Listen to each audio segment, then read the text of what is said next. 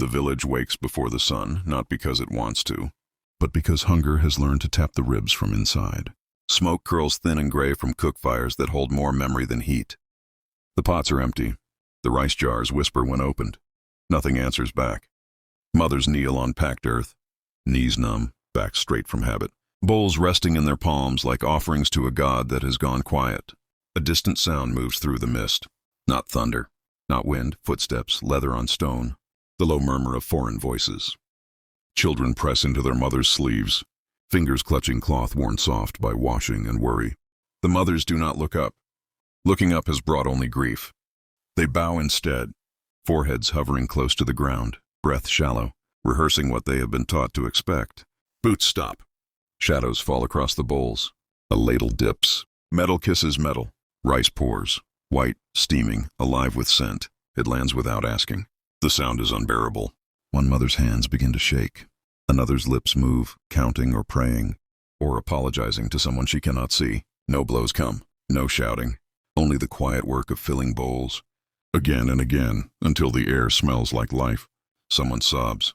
Someone kneels lower. And in that moment, the war changes shape.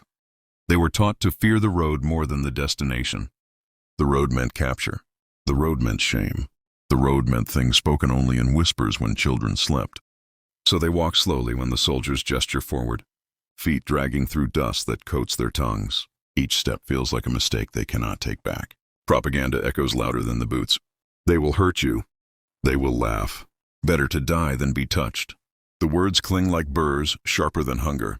One woman grips a hidden hairpin in her sleeve, fingers rubbing it raw, a small cold promise in case the stories prove true.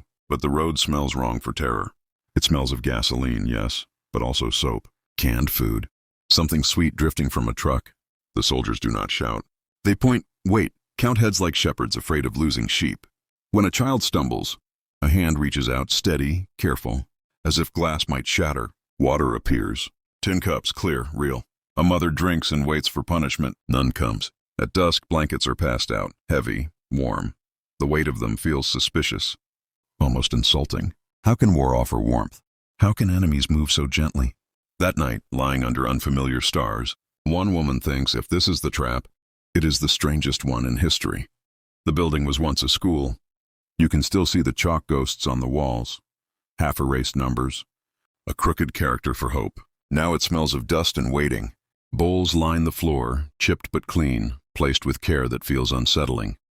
The women kneel behind them because no one tells them not to. The door opens. Light spills in, too bright, too sudden. Marines step through, filling the room with foreign shapes and unfamiliar weight. One of them looks barely older than a student who once sat here. Another adjusts his helmet, unsure, like a guest who has arrived too early. Silence stretches. Then the ladle moves. Rice falls into the first bowl. Steam rises, carrying a smell so rich it makes throats close. The second bowl fills. The third, no words, no commands. Just the sound, soft, steady, merciful. A woman gasps. Another presses her forehead to the ground, shoulders shaking. One Marine freezes, eyes wide, as if he has broken something sacred.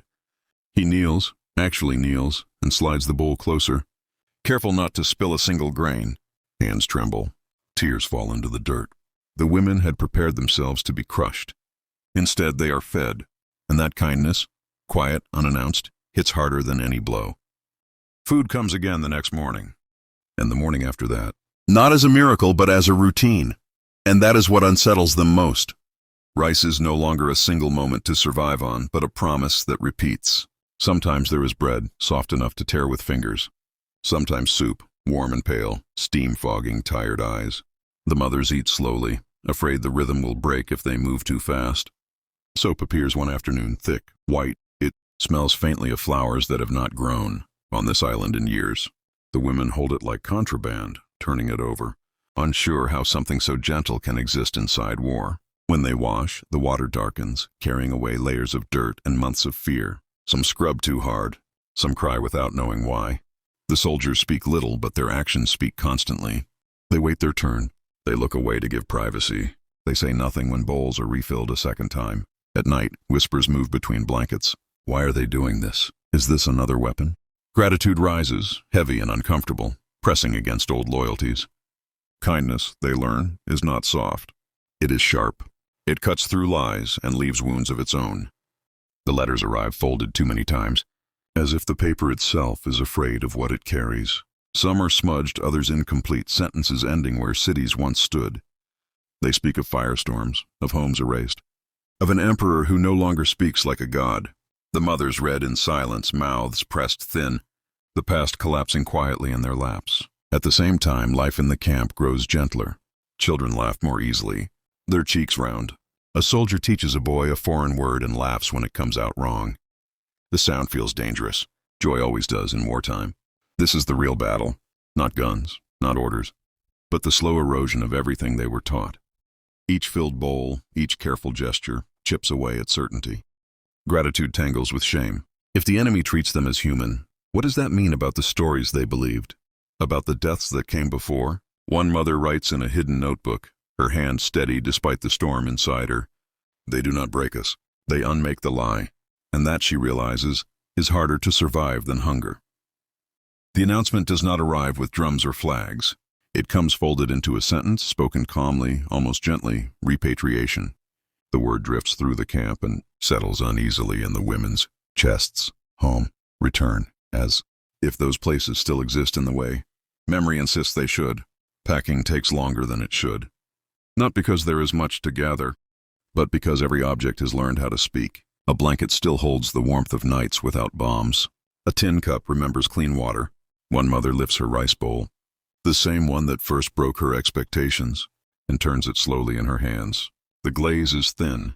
The rim is chipped. It is perfect. She wraps it in cloth and does not ask permission.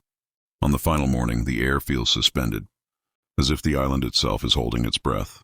The Marines stand in a loose line. No orders are barked. No weapons raised. Faces look younger than she remembers. One soldier rubs his neck, another stares at the ground, uncertain where to place his eyes.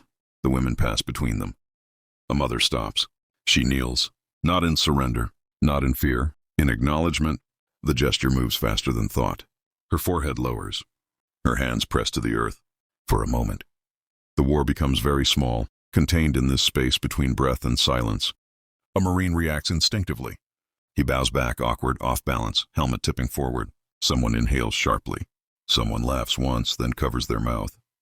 Years later, her son will ask when the war truly ended. She will not mention the emperor, or the surrender, or the flags. She will remember the sound of rice falling into a bowl, the way her hands trembled, the way kindness arrived without asking.